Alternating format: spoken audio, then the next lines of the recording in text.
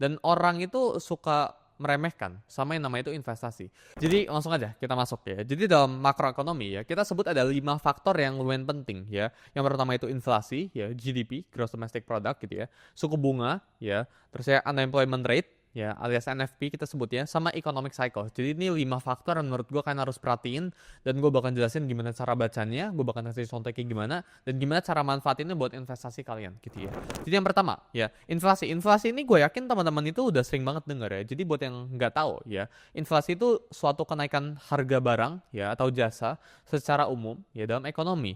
Kayak misalnya contohnya ya, gue gambar sebelah sini ya. Misalkan beli rumah ya di tahun 2010 ya, harga rumah ini misal harganya 10 juta. Ya.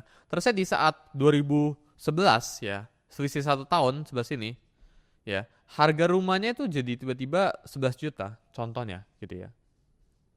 Ini rumahnya sama, size rumahnya gitu ya. Size rumahnya sama, misalnya ini size rumahnya contohnya 50 meter gitu ya. Ini juga 50 meter size ya gitu ya. 2010 harganya 10 juta, 2011 harganya 11 juta gitu ya. Berarti ini artinya apa? Ini inflasi sebesar 10%. Jadi cara ngitungnya kayak gitu ya buat teman-teman yang nggak tahu apa itu inflasi. Tapi sebaliknya, misal ada juga rumahnya itu sama harganya ya. Jadi rumahnya itu juga 10 juta. Tapi size rumahnya ini mengecil jadi 45 meter. Ya, apakah ini inflasi juga? Ini inflasi juga. Ya, ini bedanya itu cuma ya jumlah rumahnya dikurangin. Kenapa terjadi inflasi? Jadi ada dua alasan, ya ada dua specific rules ya. Jadi ada yang namanya itu demand pull inflation, sama ada yang namanya cost push inflation.